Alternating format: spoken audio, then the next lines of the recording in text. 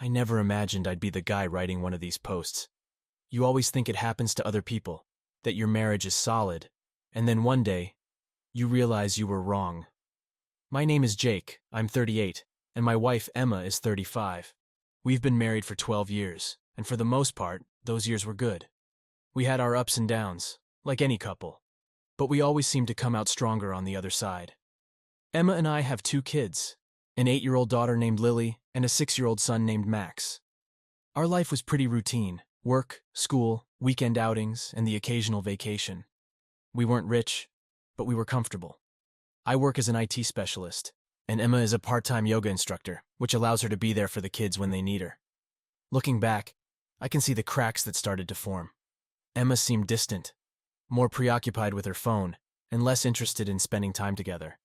I chalked it up to the pressures of life, the demands of raising kids, and the general busyness that comes with adulthood.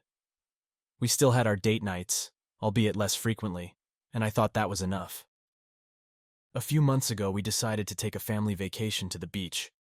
It was something we'd been looking forward to for a while, a chance to relax, unwind, and spend quality time together. The kids were excited, and I was hopeful it would bring us closer again. We rented a cozy little beach house, perfect for the 4 of us. It had a beautiful view of the ocean, and the sound of the waves was incredibly soothing. The first few days were great. We built sandcastles, swam in the ocean, and even went on a dolphin-watching tour. Emma seemed happier, more relaxed than she had been in months. I thought maybe this was exactly what we needed. But then, things started to change. Emma took a particular interest in the beach lifeguard. His name was Nick. He was in his mid-20s, tall, athletic, and had that carefree, sun-kissed look about him. At first, I didn't think much of it. Emma was friendly and outgoing, and she struck up conversations with everyone. But as the days went by, I noticed she spent more and more time chatting with Nick, laughing at his jokes, and even joining him for his morning runs along the shore. It felt odd, but I didn't want to be the jealous husband who couldn't handle his wife talking to another man. I trusted Emma. We had built our life on that trust. But there was something in the way she looked at him, a spark I hadn't seen in her eyes when she looked at me for a long time. One evening, after putting the kids to bed, I tried to talk to Emma about it. I asked her if everything was okay, if there was anything she wanted to talk about. She brushed it off, saying I was being paranoid, and that Nick was just a nice guy who worked at the beach. I wanted to believe her, so I did. I convinced myself that I was overthinking things, that the vacation was just bringing out a side of her I hadn't seen in a while. But deep down, I couldn't shake the feeling that something was off, that maybe, just maybe, there was more to their interactions than she was letting on. It was a gnawing sensation in the pit of my stomach, a silent alarm that kept ringing, no matter how hard I tried to ignore it. And so, our beach vacation continued, with me trying to push aside my doubts and focus on enjoying the time with my family. But the seeds of suspicion had been planted, and I had no idea just how much they would grow in the days to come. The vacation was nearing its end, and I was trying my best to remain optimistic. Emma's increased interest in Nick was troubling, but I kept reminding myself to trust her. After all, 12 years of marriage shouldn't be so easily shaken by a few days of friendliness with a lifeguard. One morning, I woke up early and decided to join Emma on her run. I hadn't done this before because I wasn't much of a runner, but I figured it would be a good way to reconnect. However, when I reached the beach, I saw her running with Nick. They were laughing and talking, completely absorbed in each other. I felt a pang of jealousy, but brushed it off and went back to the house. Later that day, I suggested a family outing, hoping to get us all together.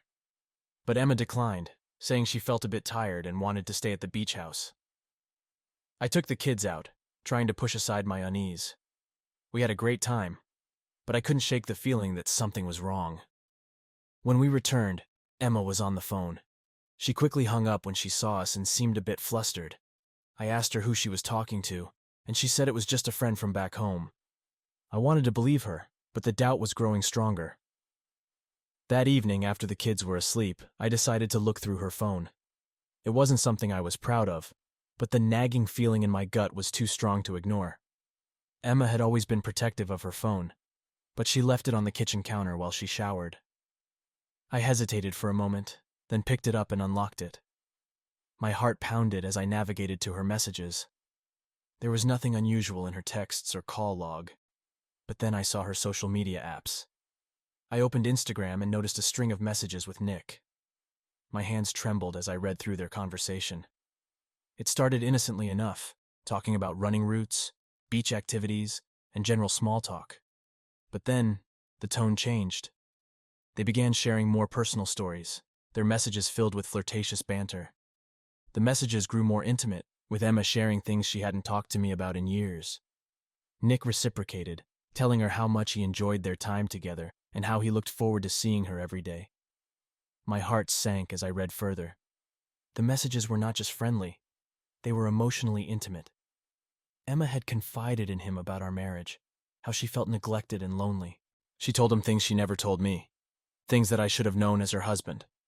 Nick, in turn, expressed how much he admired her and how he wished he could spend more time with her. The final straw came when I saw a message from Emma, suggesting they meet somewhere private. It was dated the day before. The realization hit me like a ton of bricks. This wasn't just an innocent friendship. This was an emotional affair, possibly even more. I felt a mix of anger, betrayal, and heartbreak. I wanted to confront her right then, but I knew I needed to be calm and collected. I needed more information before I could decide my next move. I put her phone back exactly as I found it and went to bed, though sleep was impossible. The next day, I acted as normally as I could. I didn't want Emma to suspect that I knew anything. I watched her closely, noting how she interacted with Nick whenever he was around. It was clear they were trying to be discreet, but the connection between them was undeniable. That evening, I decided to follow her. She mentioned going for a walk to clear her head, something she rarely did alone.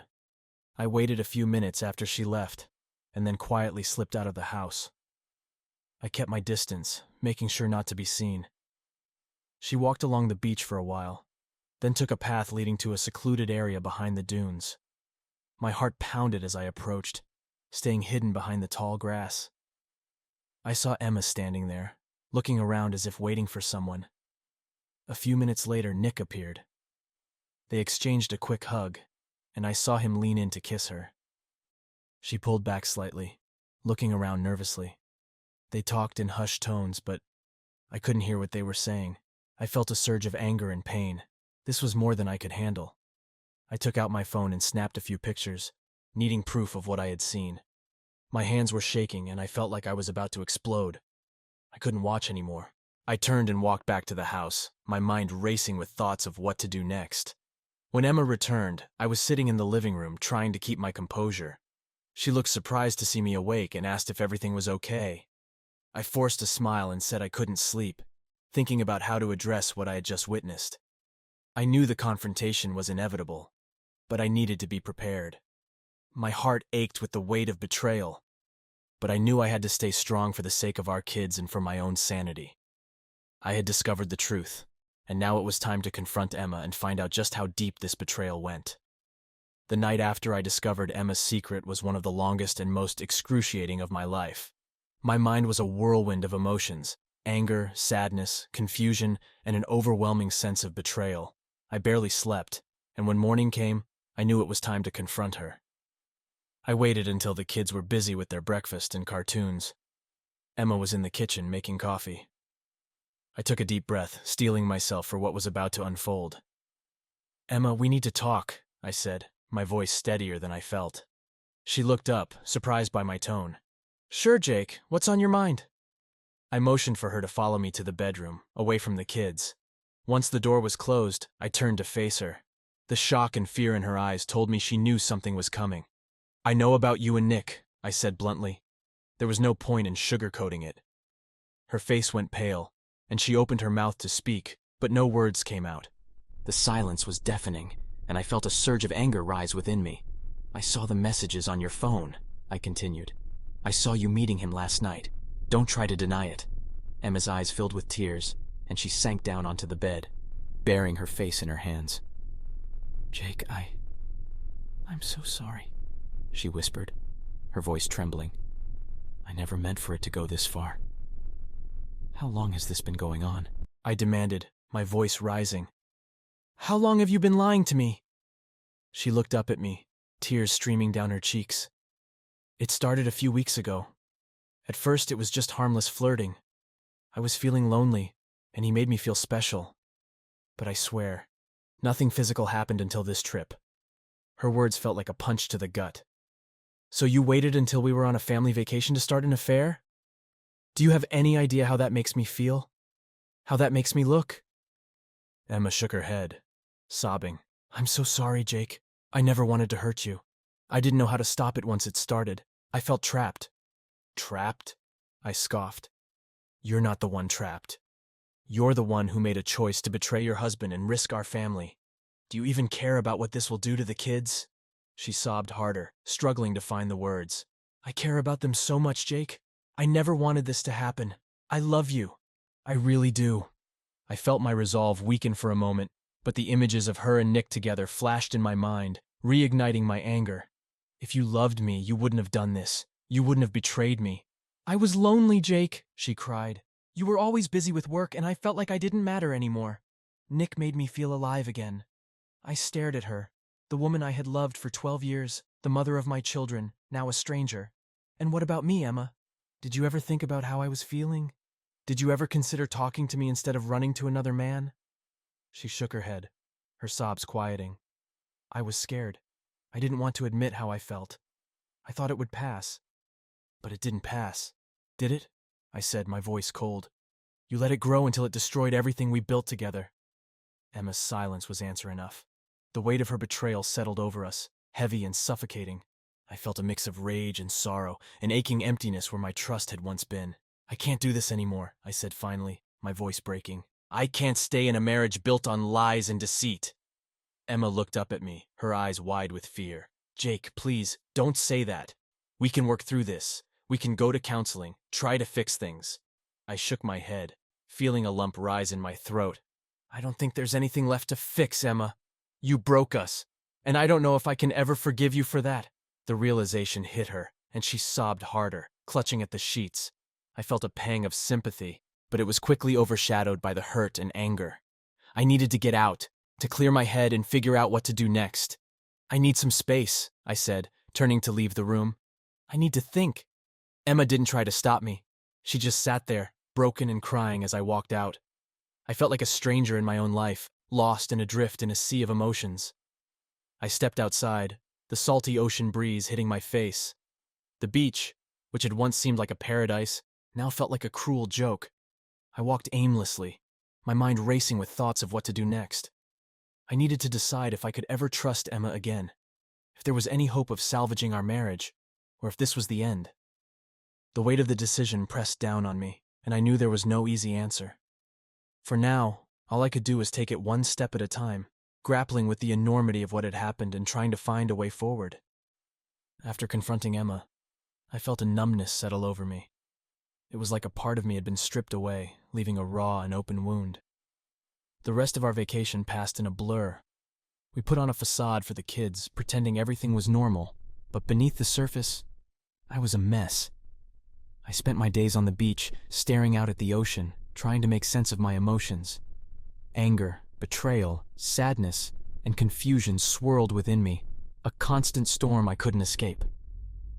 I kept replaying our conversation in my head, dissecting every word, every expression on Emma's face, trying to understand how we had reached this point.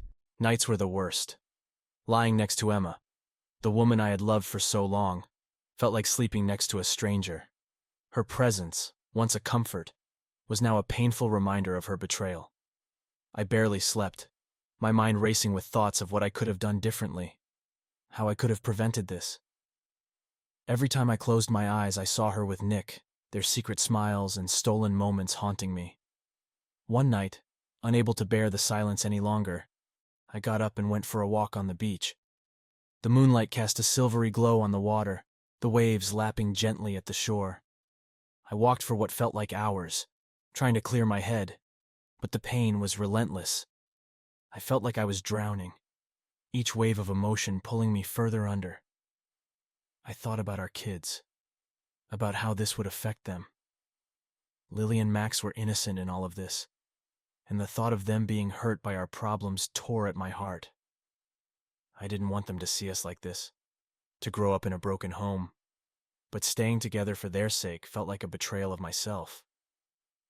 Returning to the beach house, I found Emma sitting on the porch, her eyes red and swollen from crying. She looked up as I approached, her expression a mix of guilt and sorrow. "Jake," she said softly, her voice trembling, "I'm so sorry. I know I've hurt you more than I can ever make up for. But please, can we try to find a way to fix this? For the kids, if nothing else." Her words hit me hard. I knew she was right. We needed to think about Lily and Max. But the idea of pretending everything was okay, of burying my pain and anger, felt impossible. "I don't know, Emma," I replied, my voice breaking. "I don't know if I can ever trust you again. I don't know if we can fix this."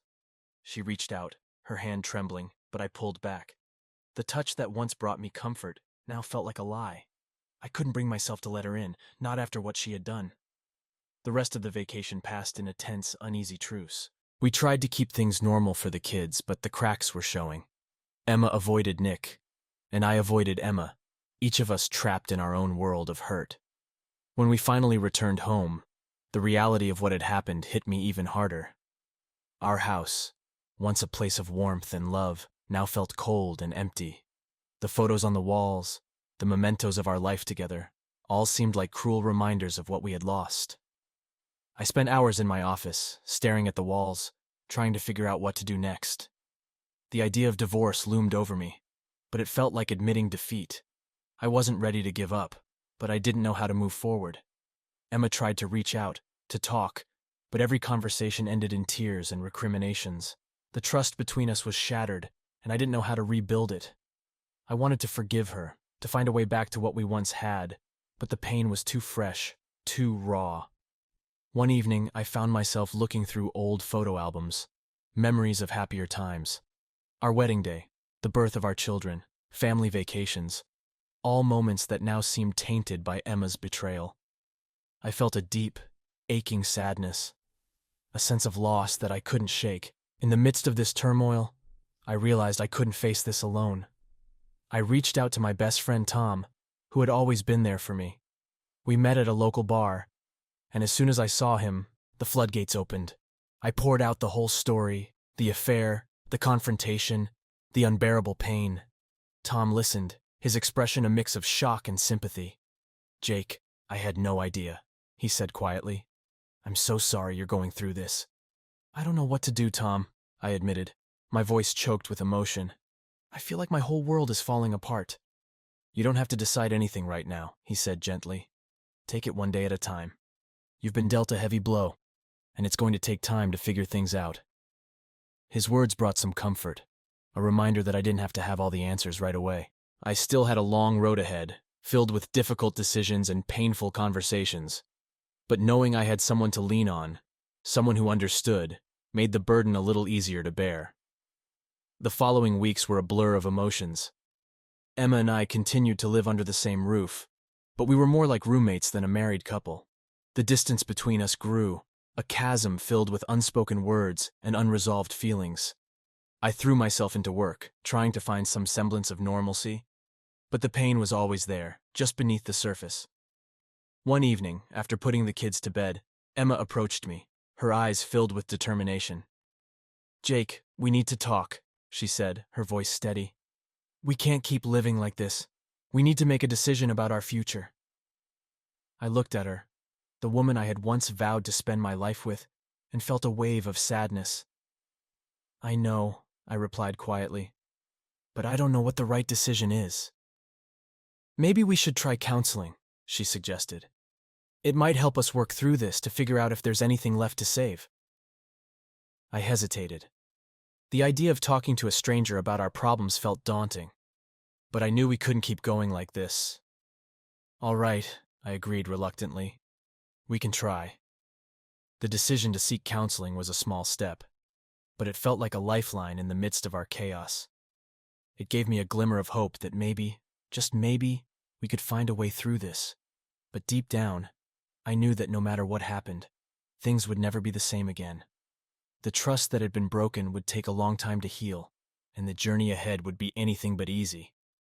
Despite our decision to try counseling, The anger and pain I felt from Emma's betrayal didn't dissipate.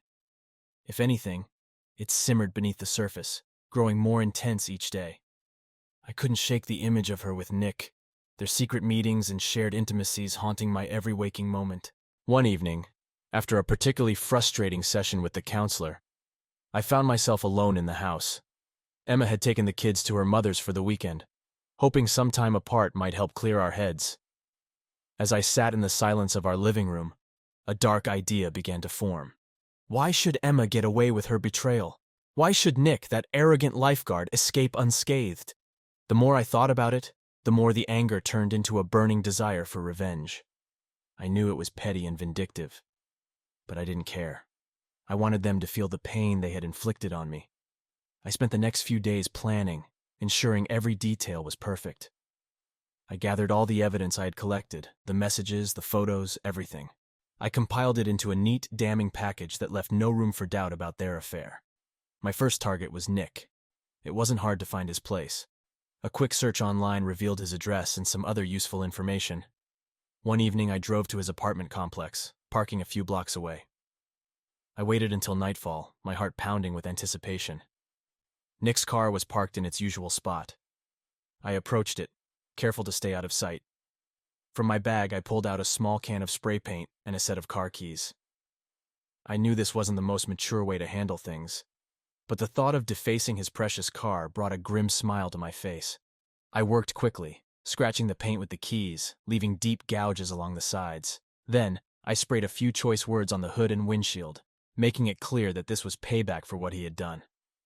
It was a small victory, but it felt good to strike back. Next, I turned my attention to Emma. I knew this would be trickier, but I was determined to make her pay. I decided to send the evidence of her affair to everyone who mattered, to her friends, family, and even some of our neighbors. I created an anonymous email account and composed a message, attaching all the incriminating photos and screenshots. Before I hit send, I hesitated. This would blow up her life, hurt her reputation, and cause a lot of pain. But then I thought about how she had hurt me, how she had betrayed our marriage. My resolve hardened and I pressed send, watching as the emails disappeared into cyberspace. The fallout was immediate. The next morning, my phone exploded with messages and calls.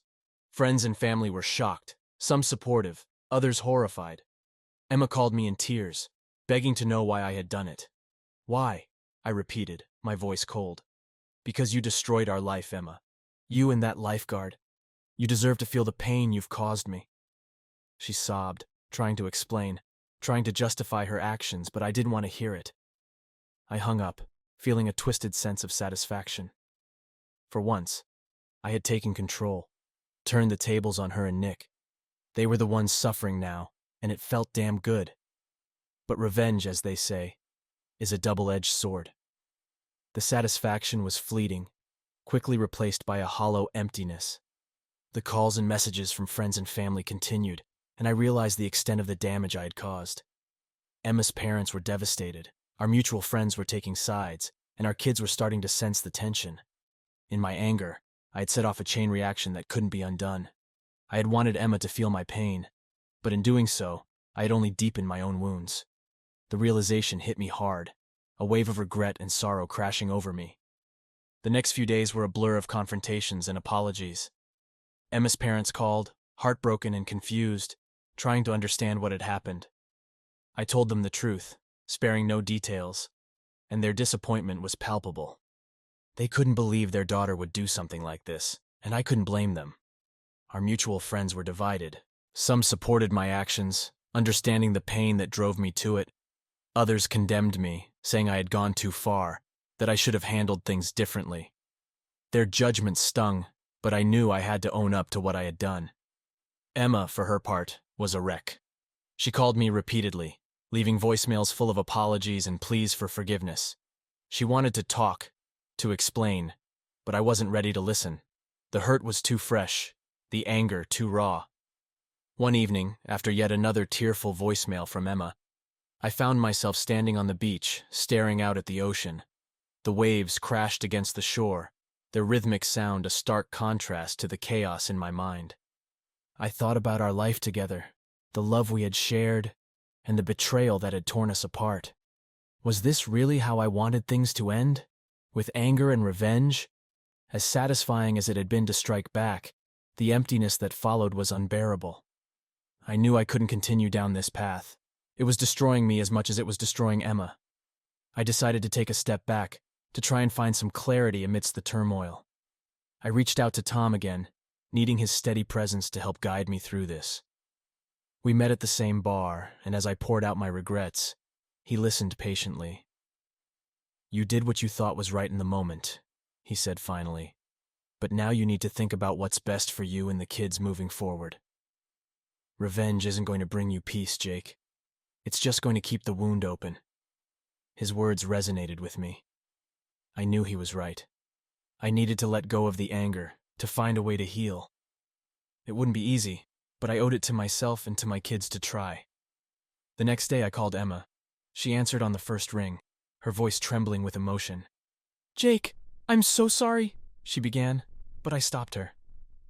"I know, Emma," I said quietly, "but we need to talk, not to blame or accuse, but to figure out where we go from here."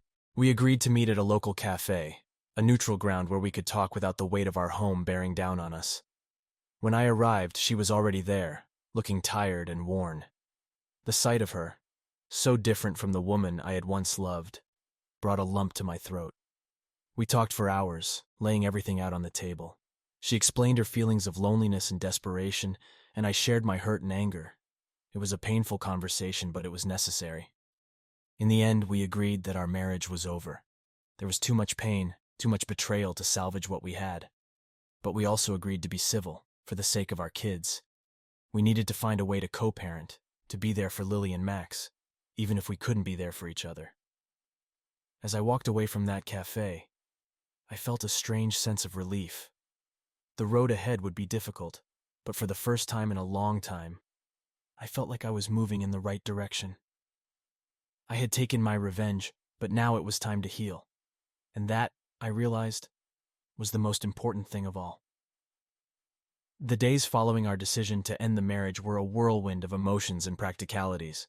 Despite our agreement to be civil, the pain and bitterness often surfaced, making our interactions tense and fraught. But we both knew that we needed to navigate this with as much grace as possible, for the sake of our kids. Emma and I sat down together to discuss the logistics of our separation. We agreed that I would move out of the house to minimize the disruption for Lily and Max. Finding a new place wasn't easy, but I eventually found a small apartment not too far from our family home. It was close enough to stay involved in the kids' lives, but far enough to give me the space I needed to heal. The first night in my new apartment was one of the loneliest of my life. The silence was deafening, a stark contrast to the lively, chaotic energy of a house with kids. I stared at the blank walls, the bare furniture, and felt the weight of what had happened. This was my new reality, a fresh start, but also a painful reminder of everything I had lost. We began the process of explaining things to Lily and Max. It was the hardest conversation I've ever had. We sat them down together, and with as much gentleness as we could muster, told them that Mommy and Daddy were going to live in different houses. Their wide, innocent eyes filled with confusion and sadness, and it broke my heart. "Is it because of us?" Lily asked, her voice trembling. "No, sweetheart," I reassured her, fighting back tears. "It's not because of you or Max. Mommy and Daddy just need to live apart for a while. But we both love you very much, and that will never change." Max, who was usually so lively, was uncharacteristically quiet. He clung to Emma, his little face buried in her shoulder. I reached out and ruffled his hair, trying to offer some comfort. "We're still a family," Emma added, her voice shaking. "We'll just be living in 2 different places." The kids cried, and so did we. It was a moment of raw, shared pain, but also a necessary step in moving forward. We reassured them that they would still see both of us, that we would still do things together as a family, even if we weren't living in the same house. In the weeks that followed, we established a routine. The kids spent weekdays with Emma and weekends with me. It was an adjustment for all of us, but slowly we began to find a new normal. I made sure to be there for every soccer game, every school event, trying to show them that even though things had changed, my love and commitment to them had not. Emma and I also worked hard to maintain a civil relationship. We communicated regularly about the kids, coordinated schedules, and tried to keep our personal issues out of our interactions. It wasn't easy, and there were times when old wounds would reopen. But we both knew that our priority was to provide stability and love for Lily and Max. In the midst of all this, I continued to struggle with my own emotions. The anger and betrayal still lingered, but I also felt a growing sense of relief. The tension that had plagued our marriage was gone, and I could start to focus on myself for the first time in years. I began to see a therapist, not to save my marriage, but to save myself. Talking to someone helped me process my feelings, to understand the depth of my pain, and to start the long journey of healing. I also reconnected with old friends, people I had drifted away from during the years of my marriage. I found solace in their support, in the simple joy of shared laughter and companionship. They reminded me that I was more than just a husband and father. I was Jake, a person with his own dreams and needs. One evening, a few months after the separation, Tom invited me to a barbecue at his place. It was a casual gathering, a mix of old friends and new faces. I was hesitant at first, but Tom insisted, and I knew I needed to start rebuilding my social life. The barbecue was lively, the air filled with the smell of grilled food and the sound of laughter. I found myself relaxing, enjoying the company. That's when I met Sarah. She was a friend of Tom's wife, recently divorced herself. We struck up a conversation, and I was immediately drawn to her warmth and genuine interest in my story. As the evening progressed, we talked about everything: our failed marriages, our hopes for the future, the challenges of starting over. There was an easy connection between us, a sense of shared understanding. For the first time in a long time, I felt a spark of hope. Sarah and I started seeing each other casually. It was a slow, cautious relationship, built on mutual respect and understanding. We both carried our own scars, our own fears, but we also saw the potential for something new, something healing. Our time together was a balm for my wounded heart, a reminder that there could be life and love after betrayal. Meanwhile, Emma and I continued our co-parenting journey. We had our ups and downs, moments of tension and moments of cooperation. But through it all, we remained focused on the kids. We attended their school events together, celebrated their birthdays as a family, and even managed to share a few holidays without too much friction. There was one particularly poignant moment when we attended Lily's school play. She had been practicing for weeks, and both Emma and I were determined to be there to support her. As we sat side by side in the audience, watching our daughter perform, I felt a surge of pride and a bittersweet sense of what could have been. After the play, Lily ran up to us, her face glowing with excitement. "Did you see me, Daddy? Did you see me, Mommy?" she asked, her eyes shining. "You were amazing, sweetheart," I said, hugging her tightly. "We're so proud of you." Emma nodded, tears in her eyes. "You were fantastic, Lily." In that moment, surrounded by our children, I realized that despite everything, we had managed to create a new kind of family. It wasn't the perfect, intact family I had envisioned, but it was still filled with love and support. As the months turned into a year, the wounds began to heal. The anger and bitterness slowly faded, replaced by a sense of acceptance and even a hint of forgiveness. Emma and I would never be what we once were, but we had found a way to coexist, to co-parent, and to move forward. My relationship with Sarah deepened, and I found myself opening up to the possibility of love again. She understood my fears and my hesitations, and she never pressured me. Instead, she offered a steady presence, a reminder that life could still be beautiful, even after so much pain. One evening, as we sat on the porch of my apartment watching the sunset, Sarah took my hand. "You've come a long way, Jake," she said softly. "I'm proud of you." I looked at her, feeling a warmth I hadn't felt in a long time. "Thank you, Sarah. I couldn't have done it without you." She smiled, squeezing my hand. We all need someone to lean on. As I gazed out at the horizon, I realized that the journey of healing was far from over, but I was no longer walking it alone. I had my kids, my friends, and now Sarah by my side. The future was uncertain, but it was also filled with promise. And for the first time in a long time, I felt a sense of peace. The storm had passed, and I was ready to embrace whatever came next. A year had passed since the day I discovered Emma's betrayal, and though the scars remained, they no longer defined me. Life had taken on a new rhythm, one filled with hope and possibility. As I reflected on the journey, I realized how much I had grown and learned from the experience. Emma and I had found a way to co-parent effectively. It wasn't always smooth, but we had developed a mutual respect and understanding. We kept our focus on Lily and Max, ensuring that their needs came first. Our children were resilient, adapting to the new normal with remarkable grace. They still had their moments of confusion and sadness, but we faced those moments together, offering them as much love and stability as possible. One weekend, I took the kids to a nearby lake for a camping trip. It was something we used to do as a family, and I wanted to keep that tradition alive.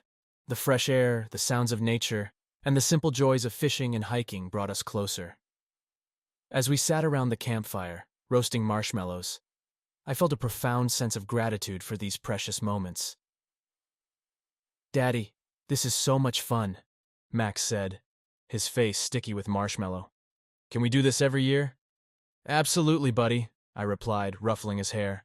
"We'll make it a tradition." Lily snuggled up to me, her eyes reflecting the flickering flames. "I'm glad we're here, Daddy. I love our adventures." "Me too, sweetheart," I said, hugging her tightly. "Me too." Back in the city, my relationship with Sarah continued to blossom. We took things slow, respecting each other's pasts and the complexities of blending our lives. Sarah was kind, patient, and understanding. She accepted my baggage and helped me carry it, just as I did for her. One evening, we decided to take a walk along the beach where it all began. The sunset painted the sky in hues of pink and orange, casting a serene glow over the water. As we walked hand in hand, I felt a sense of closure and renewal. "Jake, I want you to know how much you mean to me," Sarah said, her voice filled with emotion. "You've shown me what true strength looks like, and I'm grateful to have you in my life." I stopped and turned to her, my heart full. "Sarah, you've been my rock, my beacon of hope. I can't imagine my life without you." She smiled, tears glistening in her eyes. "I love you, Jake. I love you too," I replied, pulling her into a gentle embrace. Our relationship had become a source of joy and stability, a testament to the possibility of new beginnings. We talked about the future, about moving in together, and perhaps one day, blending our families more fully. It wasn't going to be easy, but we were willing to face the challenges together. As I continued to rebuild my life, I also found solace in creative pursuits. Photography, a hobby I had long neglected, became a therapeutic outlet. I captured moments of beauty and resilience, seeing the world through a lens of renewed appreciation. My photos began to reflect not just the external world, but my internal journey of healing and growth. One day, I received an unexpected call from Emma. She sounded nervous, and I could sense the weight of what she was about to say. "Jake, I wanted to apologize again," she began. "For everything. I know I hurt you deeply, and I've been doing a lot of thinking and soul-searching. I don't expect us to be friends, but I hope we can find some peace." I took a deep breath, feeling a mixture of emotions. "Emma, I appreciate your apology. It's been a difficult road, but I've come to realize that holding on to anger and bitterness only harms us both. I've moved on, and I hope you find happiness and peace as well." Her voice wavered with gratitude. "Thank you, Jake. That means a lot to me." We ended the call on a note of mutual respect and understanding. It was a moment of closure, a final step in letting go of the past and embracing the future.